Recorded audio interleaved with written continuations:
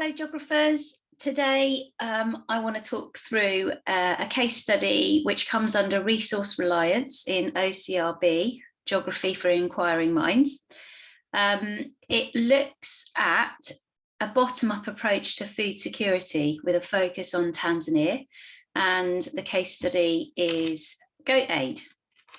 So the first thing that you will need to communicate in an exam question is where the case study is. And obviously the focus here is in Tanzania, and you can see that that is in East Africa, and it's south of the equator. And it borders Kenya, Uganda, Rwanda, Burundi, Congo, Zambia, Malawi, and Mozambique. Although you don't need to know that, you wouldn't have to list that. It gives you an idea of its geographical position in the world. The focus of this case study is Babati, which is in the northeastern part of Tanzania. And you can see it up there, north of Dodoma and northwest of Dar es Salaam. Now, the key concept here, the focus, is food security. And we know that that's when all people at all times have physical and economic access to sufficient, safe and nutritious food to maintain a healthy and active life. And that definition is from the World Health Organization. So it's having nutritious food, the access to it.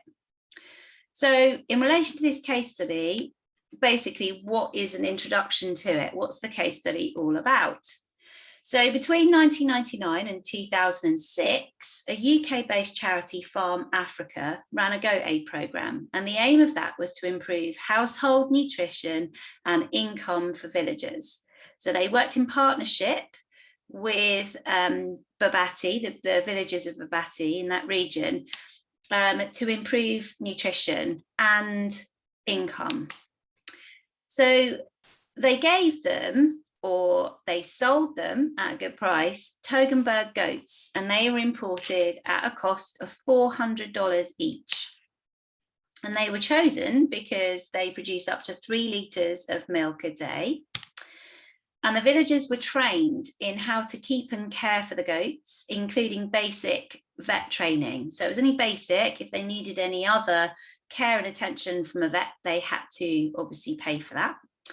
And the goats were given to small groups of villagers. They were given on credit because it was believed that this encouraged people to value the goats more than if they were given them for free. So you know yourself, if you've worked for something, then you take much greater care of it than if it's just given to you. So these are the benefits and some of the negatives, the criticisms of the project. So the benefits were that it provided meat, manure and milk, which can also be sold. So that's where they were getting their income. The goats are available in droughts. So when there's not enough water, they can use the goats. They give 3 times as much milk as cows. In Eastern African goats, they can survive on weeds and thorny bushes, so they don't have to have specific foods. And it helps the villagers grow traditional crops like maize. So the income made by a farmer who has benefited from the scheme is a lot more than that of a farmer who has not benefited from the scheme. So 2,203,854 Tanzanian shillings in comparison to 763. So lots more income for those people involved in the scheme. But what were the bad things? What were the negatives? What were the criticisms? Goats need lots of land to graze and lots of water. And in a place where water is scarce, that's obviously a difficulty. Vet bills can be really expensive if the goats get sick. And despite the increase in goats in the 1960s, there's been very little decrease in poverty. So has it actually had an impact? The goats' constant grazing and trampling has caused soil erosion, which has increased desertification. So the number of hooved animals in Africa has increased from 275 million in 1961 to 655 million in 2005. And during that time, as we've said, poverty has increased, not gone down. So has it worked? You were to evaluate, this is where you would go. Evaluate means to weigh up, look at the good and the bad, the positives and the negatives. So how successful has this local scale attempt been? Has Goat Aid done enough to improve food security within Tanzania? You can see that it's done some great things, but actually has it done enough? Remember, this is local scale. It's not national. It's just focusing in on that one particular region of Babati. Compare the benefits with the criticisms of the project is to evaluate. Do you think that Goat Aid has been successful? And what evidence have you got to support your key points and make that conclusion? So from this, what are the key trigger ideas from the case study? What do you perhaps need to commit to memory? So the first one is that it's in the region of Babati, which is in the northeastern part of Tanzania. The second key point is it happened between 1999 and 2006 in conjunction with a charity in the UK, which was Farm Africa. The next key point to commit to memory is that they were Toggenburg goats and they were $400 each. They produce 3 litres of milk, which is also 3 times greater than what a cow would produce. A good point, so a plus, a positive, provides meat, milk and manure. They're available in droughts, whereas when water is scarce, 3 times as much milk as cows. They can survive on weeds and thorny bushes. But a bad thing is they need a lot of water. Vet bills can be really expensive. They're constantly grazing and trampling on the land, and they cause soil erosion. And poverty has increased, not decreased. So those are our key trigger ideas to commit to memory.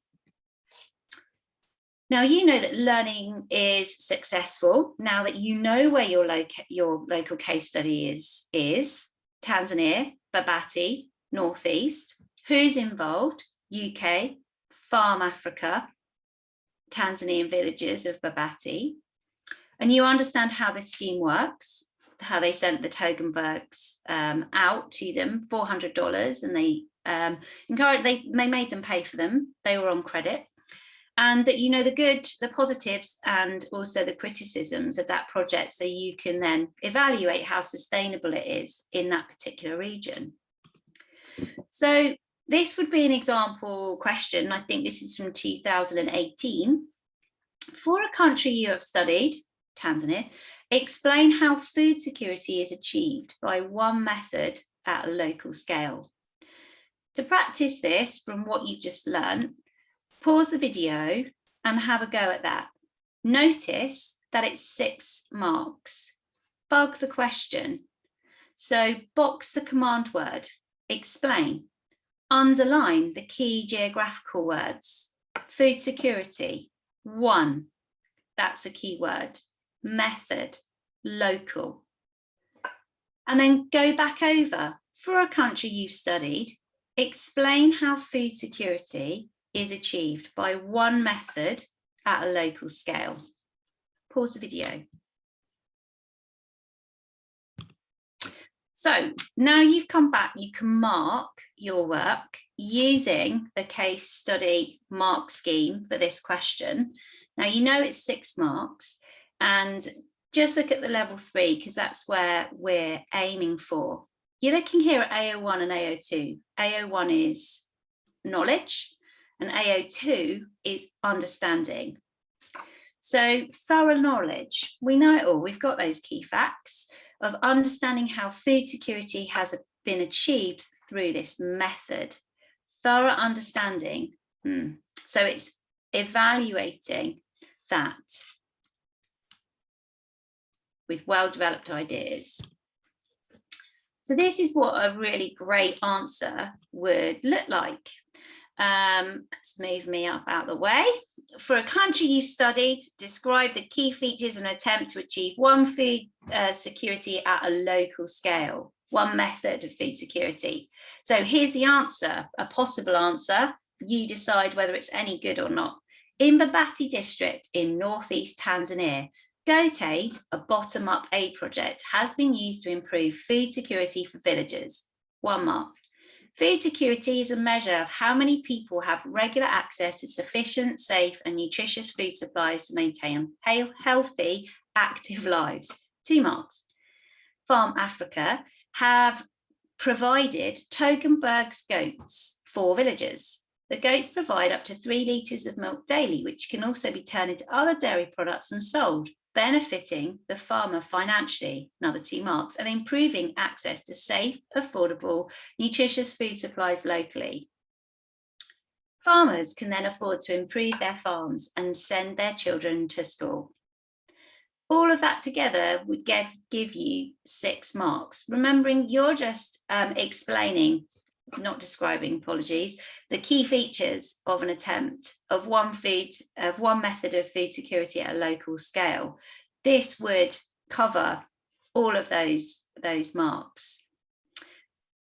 Hopefully you've marked yours and green-penned your answer and added in any of the extra key facts to explain that attempt. If you need to add anything in, go back over, watch the video again, pause it so that you really understand those key features of the project.